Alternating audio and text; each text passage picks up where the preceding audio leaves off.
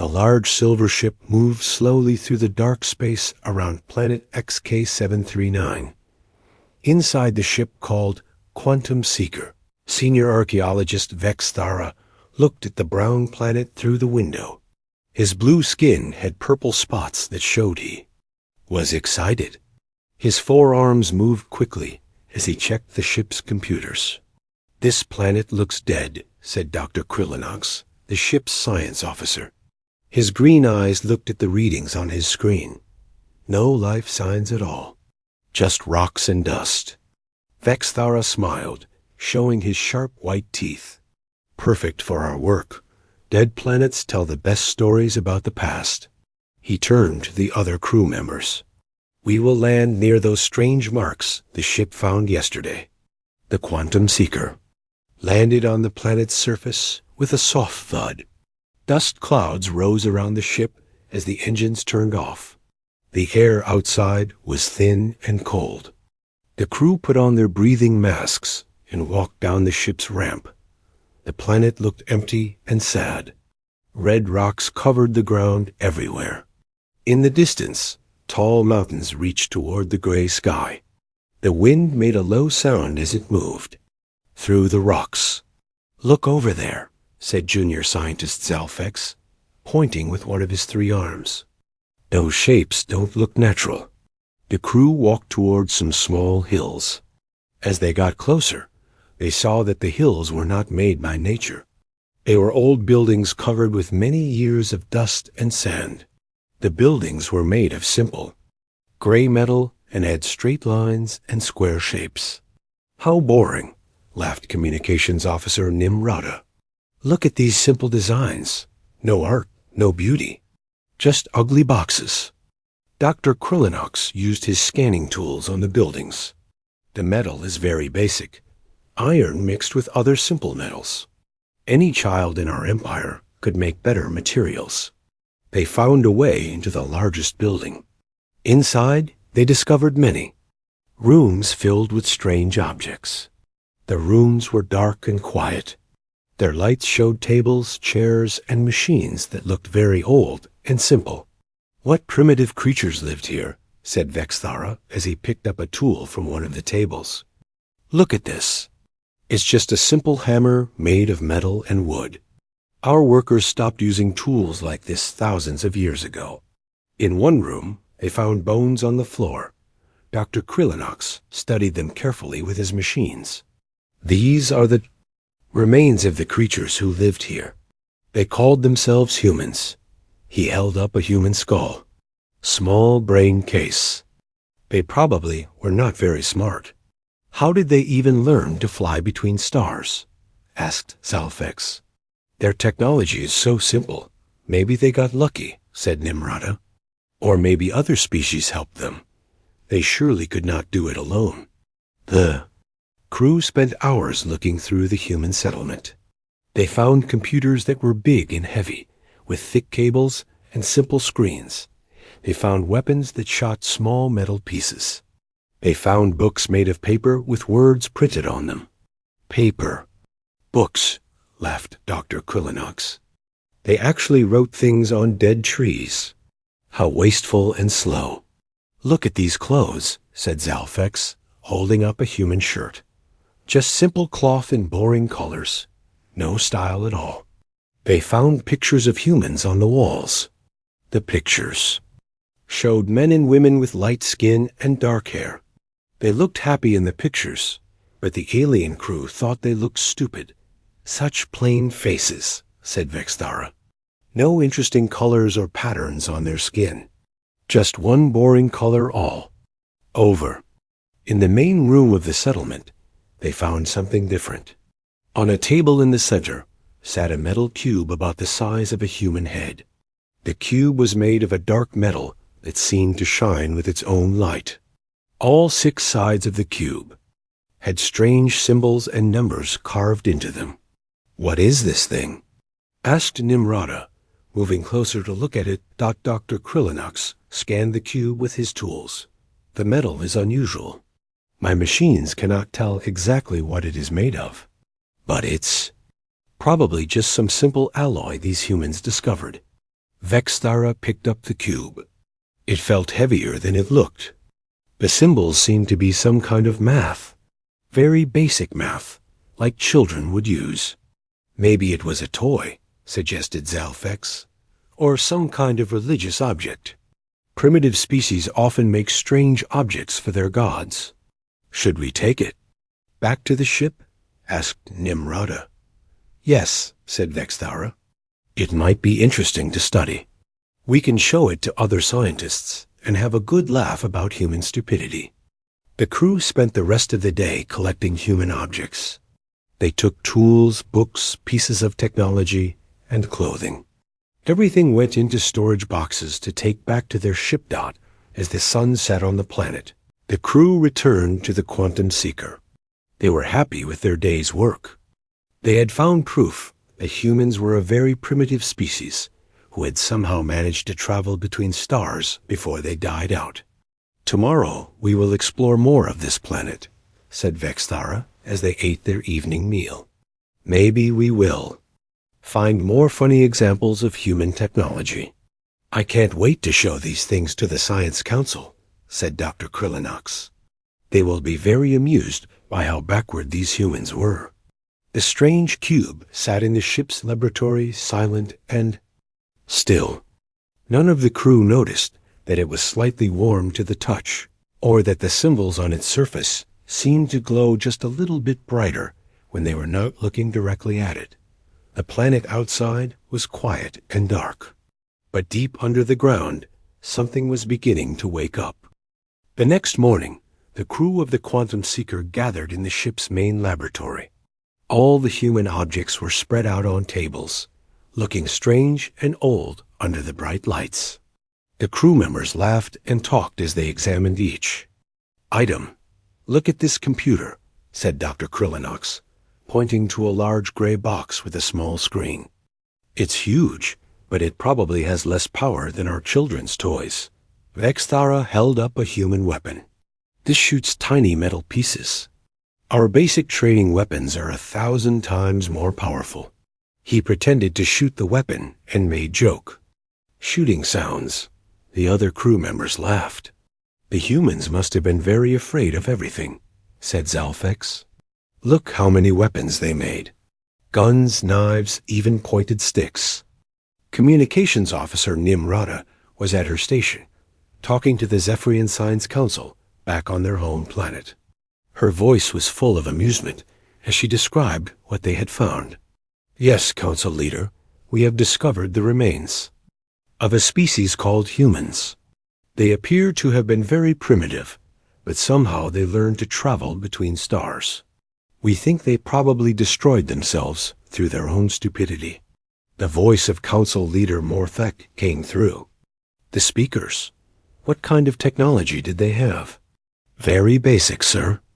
Simple metals, primitive computers, and crude weapons. Dr. Krillinox believes they barely understood basic science. They probably copied their star travel technology from other species. Good work, Nimrata. Continue your study. The Council is interested in learning how such a backward species managed to reach space. After the communication ended, the crew continued to examine the human objects. They made jokes about each item they found. These clothes are so boring, said Zalfex, holding up a human jacket. Just plain colors with no patterns or designs. They had no sense of art or beauty. And look at these books, added Dr. Krillinox. They actually printed words on paper made from dead trees. How wasteful. One of our data crystals can hold 1,000,000 times more information. Vexthara picked up the strange metal cube they had found the day before. This is the most interesting thing we found, but I still think it's just some kind of puzzle or toy. The math symbols on it are very simple, said Dr. Krillinox. Basic addition and multiplication. Even our youngest children learn more complex math than this. Maybe it was used to teach human children, suggested Nimrata. The symbols are so basic that even a child could understand them. The crew spent hours making fun of human technology. They compared everything to their own advanced tools and found the human items lacking in every way. "Look at this human chair," laughed Zalfex. "It's made of wood and metal. It can't even change its shape or color. How uncomfortable." "And this human food container," said Dr. Krillinox, holding up a metal can. "They had to use a separate tool just to open it. Our food containers open with a simple thought command." "Everything they made was so hard to use," said Vexthara. "They had to push buttons and turn handles for everything. They couldn't even control their machines with their minds." As the day went on, the crew became more and more amused by human technology. They took pictures of themselves holding human objects and making funny faces. They planned to show these pictures to their friends back home. "I have an idea," said Nimrata. "Let's make a presentation about human stupidity." "We can. Show it to the Academy and everyone will laugh." "Great idea," agreed Vexthara. "We'll call it the most primitive species in the galaxy. We should include their simple language too," added Dr. Krillinox. "They use their mouths to make sounds instead of communicating with mind waves like civilized species." The crew worked together to create a funny presentation. They wrote jokes about human technology and took more pictures of the primitive objects. They were having so much fun that they didn't notice some strange things happening. The metal cube was getting slightly warmer. The symbols on its surface were glowing just a little bit brighter. Sometimes, when no one was looking directly at it, the cube would turn slightly on the table. "Should we go back to the planet tomorrow?" asked Zalfex. "Maybe we can find more funny human objects." "Yes," said Vexthara. "I want to explore more of their settlement. There might be even more primitive technology to discover." "I hope we find their flying machines," said Dr. Krillinox. "I want to see what kind of crude rockets they use to reach space. They probably just strapped themselves to big bombs and hoped for the best," laughed Nimrata. The whole crew found this very funny dot as evening came. The crew ate their dinner while continuing to make jokes about humans. They talked about how humans probably lived in fear of everything, fighting with simple weapons and struggling to understand basic science. "I feel sorry for them," said Zalfex. "They were trying so hard to be like real space-traveling species, but they just weren't smart enough." "At least they're extinct now," said Dr. Krillinox. "The galaxy is better off without such a primitive species causing trouble." "Maybe we should write a paper about them," suggested Vexthara. "Other scientists would be interested in learning about a species that was so far behind everyone else. We could call it a study of the lowest intelligence species ever discovered," said Nimrata. The crew laughed at this suggestion. After dinner, the crew went to their sleeping quarters. The ship became quiet and dark. Only the emergency lights stayed on, casting soft shadows in the laboratory. The metal cube sat alone on the table. Now it was noticeably warmer, and the symbols on its surface were glowing with a soft light. The cube slowly began to turn, showing different symbols on its top surface. Deep under the planet's surface, old machines were starting to wake up. Lights flickered in dark tunnels. Computer screens began to glow. Systems that had been sleeping for thousands of years were coming back to life. The cube was not a toy or a puzzle. It was something much more important. And tomorrow, the crew of the Quantum Seeker would begin to understand just how wrong they had been about the humans. But for now, they slept peacefully, dreaming of the fame they would receive for discovering the most primitive species in the galaxy. They had no idea that their laughter would soon turn to fear. The third day on planet XK739 started like the others. The crew of the Quantum Seeker returned to the human settlement, carrying their tools and empty boxes. They wanted to find more human objects to study and laugh about. "Let's go deeper into the settlement today," said Vexthara. "Maybe we'll find their kitchen or bedroom areas." The crew walked through the dusty buildings, looking for new rooms to explore. Junior scientist Zalfex was very excited. He loved finding new things even if they were primitive human objects. "Look over here," called Zalfex. "I found a door that goes down underground." The crew followed him to a metal door built into the floor. It was heavy and covered with dust. Together, they managed to pull it open. Below was a stairway leading down into darkness. "More human rooms," said Dr. Krillinox as they walked down the stairs. "They probably kept their food down here, away from the heat." At the bottom of the stairs, they found a large room filled with strange machines. The walls were covered with dark screens and control panels. Everything was covered in dust and looked very old. "This must be some kind of control room," said Vexthara. "Look at all these primitive computers and displays." The room was much bigger than the ones above ground. The ceiling was high, and there were many workstations arranged in rows. Each station had multiple screens and many buttons. "And switches. So many buttons," laughed Nimrata. "Humans had to push buttons for everything. How tiring that must have been." Zalfex was looking at one of the workstations very closely. He was trying to understand what all the buttons and switches were for. As he leaned closer, his elbow accidentally hit a large red button. Suddenly, some of the screens flickered to life. Green and blue lights appeared on the displays, showing numbers and symbols. The crew stopped laughing and stared at the screens. "It still works," said Dr. Krillinox, surprised. "After all these years, their primitive technology still has power." "Probably just emergency systems," said Vexthara. "Most species build backup power into their control rooms." The screens showed what looked like status reports. The symbols were in human language, but the crew's translation devices could read them.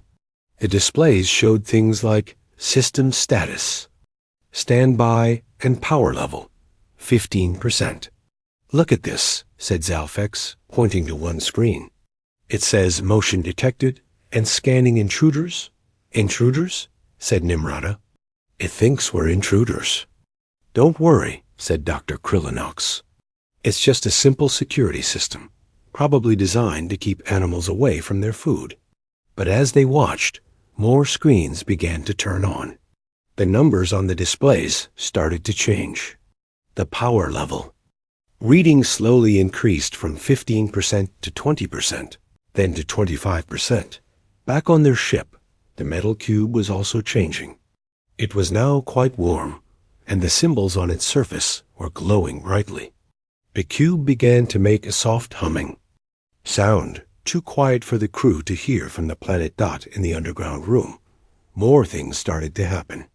Lights began to turn on in sequence, running along the walls and ceiling. The humming sound of machinery starting up filled the air. "This is more than just emergency power," said Vexthara, looking worried. "Something is waking up." The main display screen in the center of the room suddenly lit up. It showed a map of the entire planet, with thousands of small lights scattered across the surface. Many of the lights were turning from red to yellow, then to green. "What do all those lights mean?" asked Zalfex.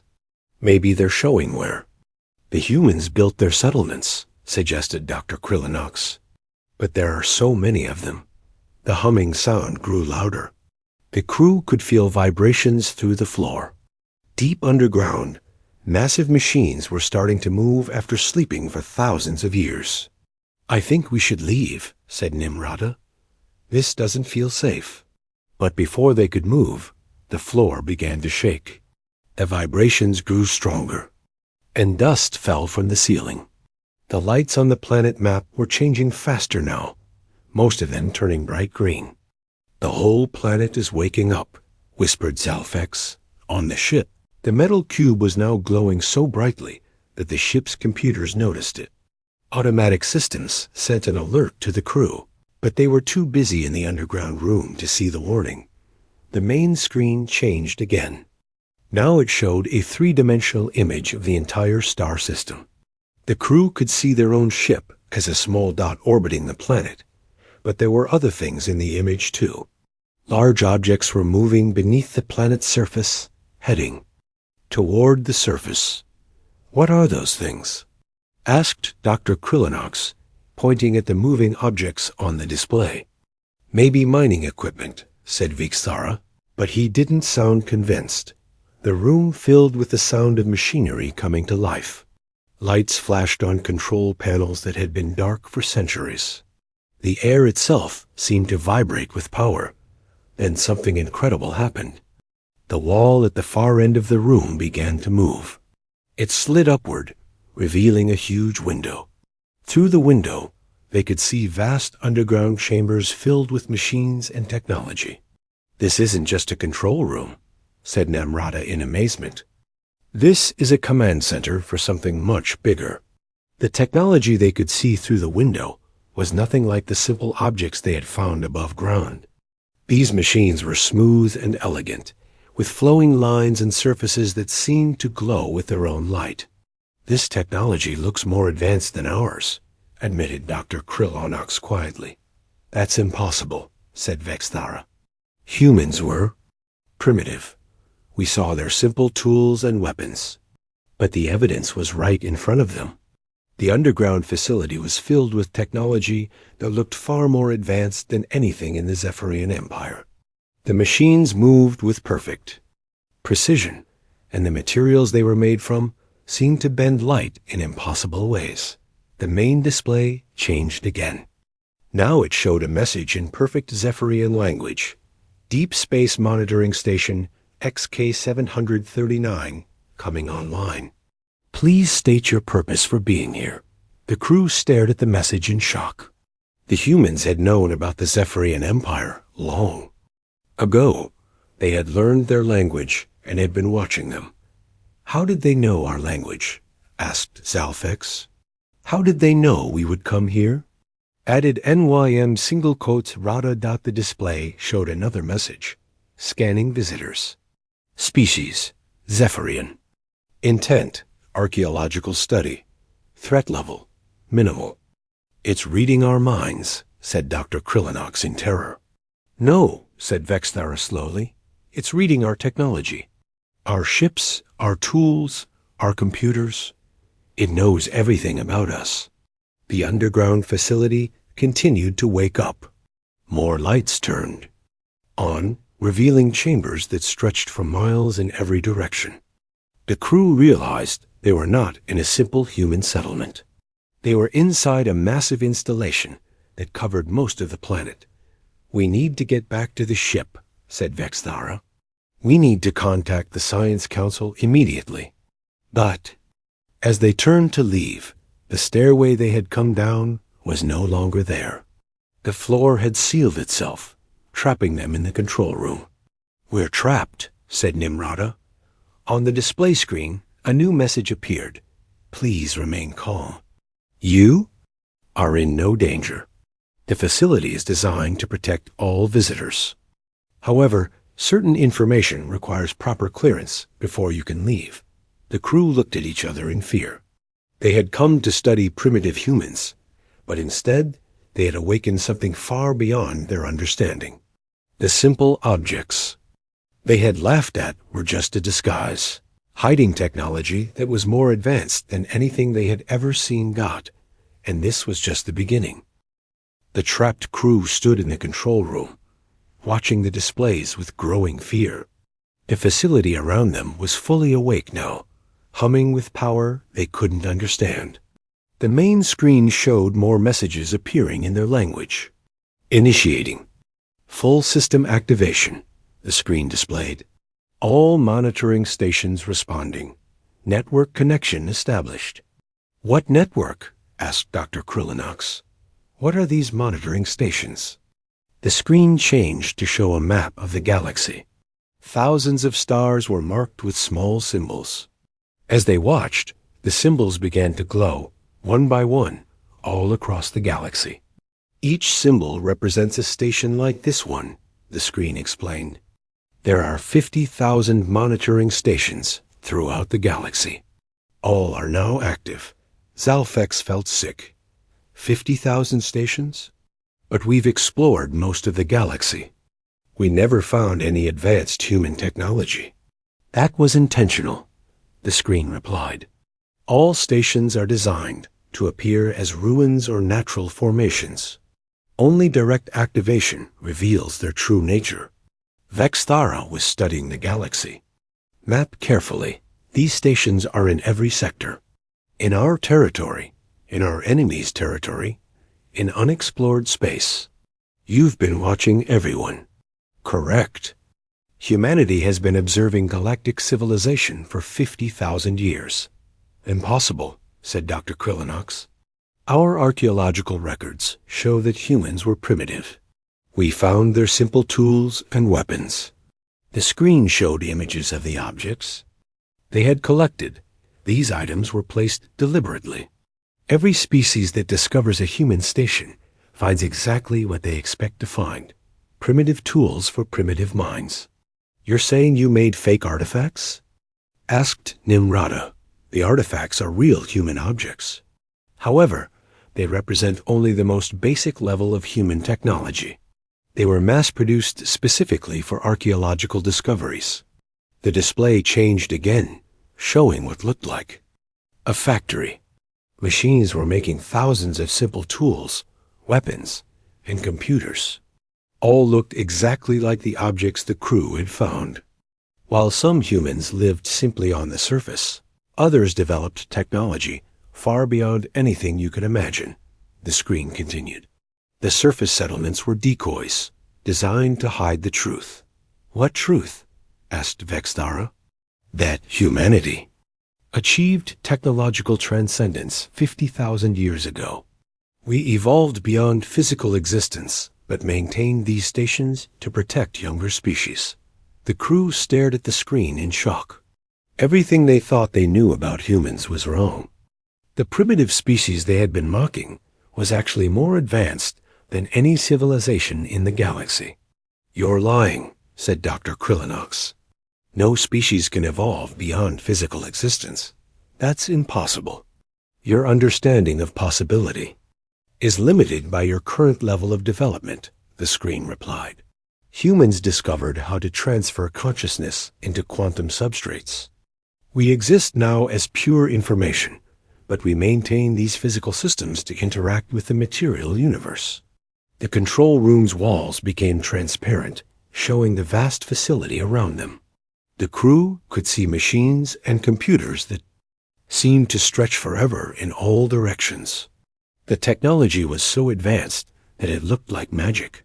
The human remains you found were also placed deliberately, the screen continued. They are the bones of humans who chose to remain physical after transcendence.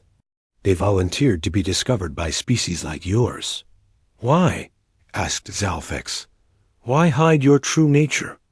Because knowledge of our existence would be dangerous for younger species. Some would try to find and use our technology.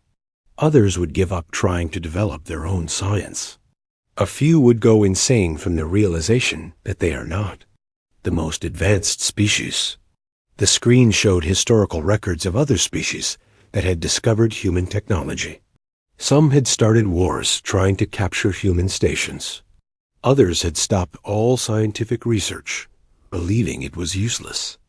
One species had destroyed itself completely, rather than live with the knowledge that they were not the best. We learned that it's better to let each species believe they are special, the screen continued. It helps them develop confidence and grow naturally. But you've been watching us all this time, said Nimrata. You know everything about us. We monitor all species to protect them from threats they cannot handle themselves. When necessary, we intervene quietly to prevent disasters. The display showed records of the Zephyrian Empire's history. The crew saw their own species' wars, discoveries, and achievements. But they also saw things they had never known about. The plague that threatened your world 500 years ago was stopped by human intervention, the screen explained. The asteroid that would have destroyed your home planet was quietly deflected. The war between your empire and the Kethron Federation was ended through human manipulation of communication channels. You've been controlling us, said Vexthara. Angrily, we've been protecting you. Every species requires guidance during their early development. We provide that guidance without revealing ourselves. Dr. Krillinox was looking at biological scans of the human remains. These scans show that humans were not primitive at all. Their brain structure was more complex than ours. How did we miss this? Your scanners were modified to show what you expected to see, the screen replied. The true readings were hidden from you. Our own equipment was compromised? Asked Nimrata. All technology in this system is under human control. Your ship, your tools, your computers, even your translation devices. We could have prevented you from finding this station entirely, but we chose to let you discover it. Why? Asked Zalfex. Because your species is approaching a critical point in its development. You are becoming advanced enough to handle the truth. This discovery is a test. The screen showed a countdown timer. Your ship has been broadcasting reports of your discoveries to your government. However, those reports have been altered. Your leaders believe you found nothing interesting on this planet. You changed our communications, said Nimrata. We protected you from your own curiosity. If your government knew what you found here, they would send fleets to capture this technology. That would force us to take defensive action. The crew realized they were completely helpless. The humans had been controlling everything from the moment they entered the system. Their ship, their tools, their communications, even their thoughts, were being monitored. What happens to us now? Asked Vexthara. You have a choice, the screen replied. You can return to your ship with modified memories. You will remember finding only primitive human ruins. Your species will continue to develop naturally. Or, asked Dr. Krillinox, or you can stay here and learn the truth about the universe. You will become caretakers of human knowledge, but you can never return to your people. Your species is not ready for this information. The crew looked at each other. They had come to this planet as proud archaeologists, believing they were among the most advanced beings in the galaxy. Now they discovered they were children, being watched and protected by beings they couldn't even comprehend. How long do we have to decide? Asked Zalfex. As long as you need, the screen replied. Time moves differently here. We can give you years to think if necessary.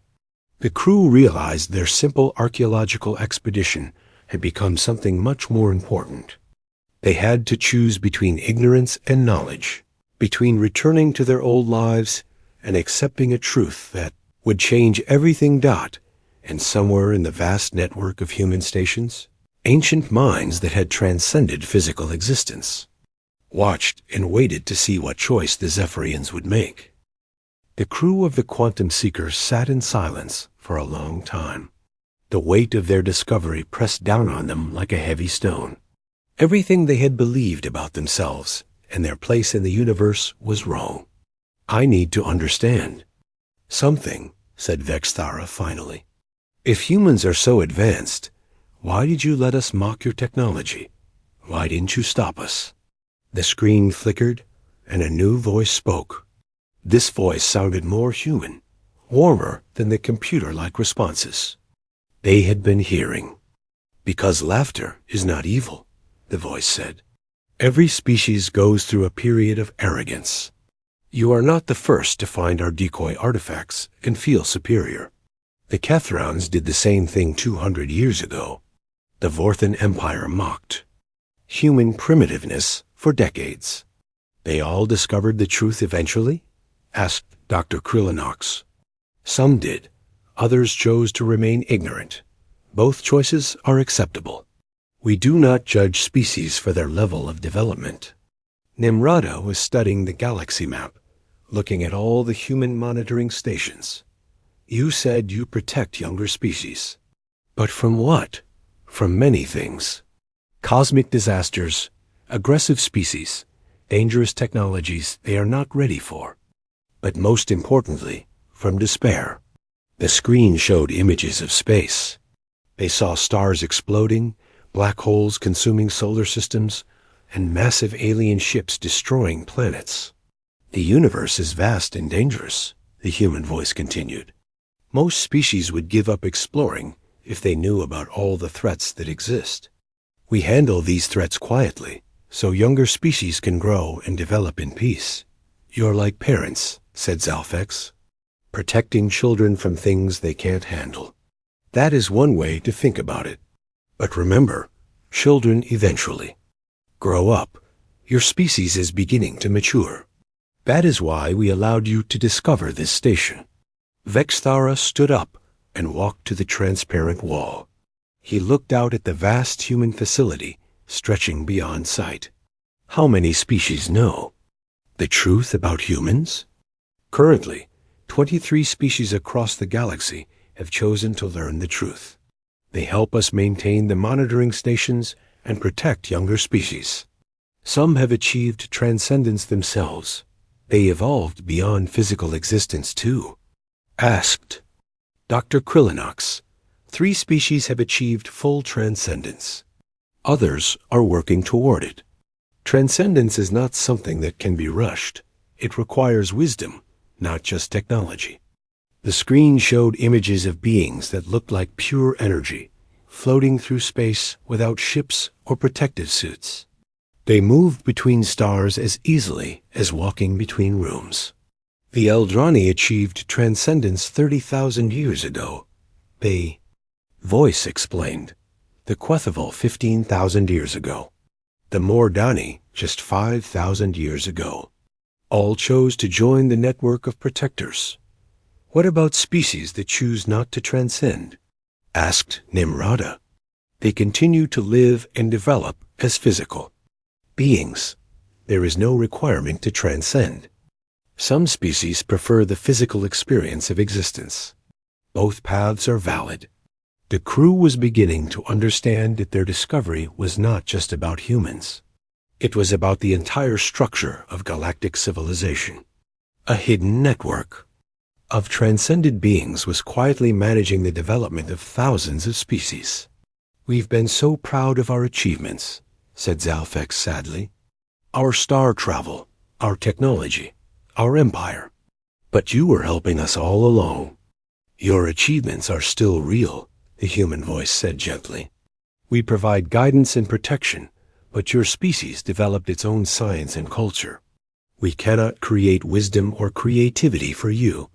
Those must come from within. But our space travel technology, said Dr. Krillinox. Did you give us that? We made sure you discovered the principles at the right time. But your scientists still had to understand and apply those principles. Your engineers still had to build the ships. Your explorers still had to be brave enough to use them. The screen showed images of Zephyrian history.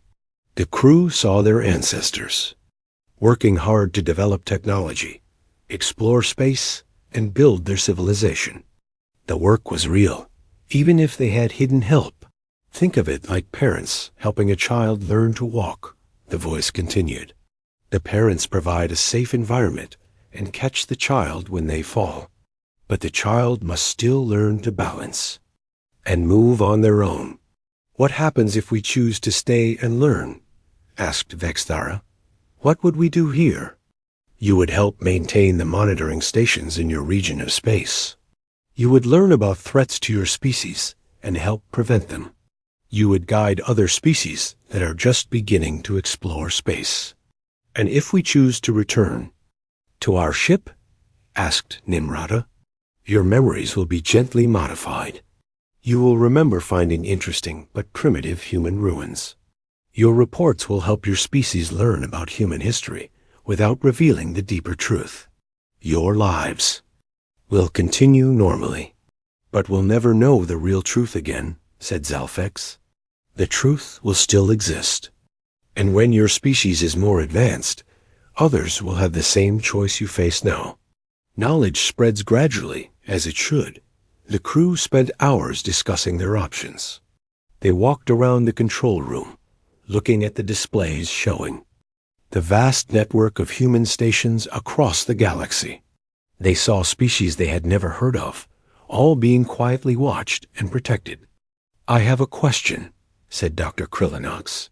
"Why did humans choose transcendence? What made you give up physical existence?" "Physical existence has limitations," the voice replied. "Bodies age and die. Minds can only hold so much information. Physical. Beings are trapped in one place at one time. Transcendence removes these barriers. But don't you miss physical sensations? Food, touch, the feeling of wind? We can experience those things when we choose to. We can create physical forms temporarily, or experience memories of sensation. But we also have experiences that physical beings cannot imagine." The screen showed images of transcended humans moving through space, experiencing the birth of stars and the formation of galaxies. They could be in multiple places at once, sharing thoughts across vast distances instantly. "It looks lonely," said Nimrata. "We are never alone. All transcended beings are connected. We share experiences and thoughts freely. Physical beings are actually more isolated than we are." As the hours passed, the crew began to understand the true scope of human achievement. They had not just developed advanced technology. They had become something entirely new, a form of life that could exist anywhere in the universe. "We've made our decision," said Vexthara finally. "We want to return to our ship. Our species isn't ready for this knowledge yet. Maybe in a few 100 years, but not now." "A wise choice," the human voice said approvingly. "Wisdom is knowing your own limitations." "Will you still watch over us?" asked Zalfex. "Always. Your species has great potential. In time, you may face the same choice we offer you today. The monitoring stations will still be here when you are ready." The screen showed a countdown. "Memory modification will begin in 60 seconds. Is everyone ready?" The crew gathered together in the center of the room.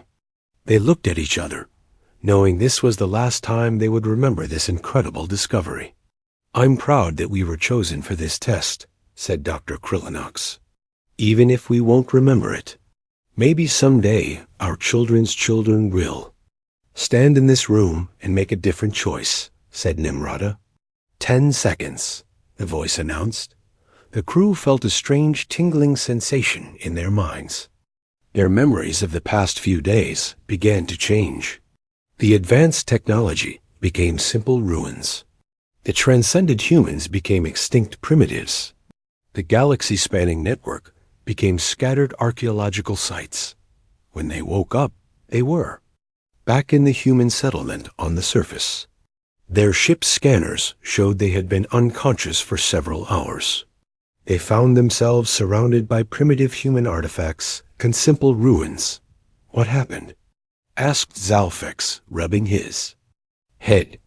"Must have been some kind of gas leak," said Dr. Krillinox. "Old ruins sometimes have dangerous pockets of gas." They spent the rest of the day cataloging human artifacts. They found simple tools, basic computers, and crude weapons. Everything confirmed that humans had been a primitive species that barely achieved space travel before going extinct. "Fascinating culture," said Vexthara as they prepared to leave the planet. "Primitive, but they tried so hard to reach the stars. It's almost admirable." As their ship left the planet's atmosphere, none of them noticed that the metal cube in their laboratory was now just an ordinary piece of human art, the symbols on its surface were simple decorations with no special meaning. Deep underground, the human monitoring station returned to sleep mode. The lights dimmed and the machines became quiet. To any future visitors, it would look like natural rock formations dot in the vast network of transcended human consciousness. The ancient minds noted that another species had passed the test. The Zephyrians had shown wisdom in choosing ignorance over knowledge they were not ready for. The humans would continue to watch and protect. They would guide the Zephyrians toward advancement while remaining invisible. And someday, when the Zephyrians were truly ready, they would face the choice again. The universe was vast and full of dangers, but it was also full of potential. Every species could grow and develop at their own pace, protected by guardians they would never know existed. And in the endless dance of galactic civilization, the cycle would continue. Young species would discover primitive human ruins, laugh at human simplicity, and eventually learn that true wisdom comes not from believing you are the best, but from understanding how much you still have to learn. The greatest strength was not in advanced technology or transcended existence. It was in knowing when to step back and let others grow, even if they never knew you were there to catch them when they fell.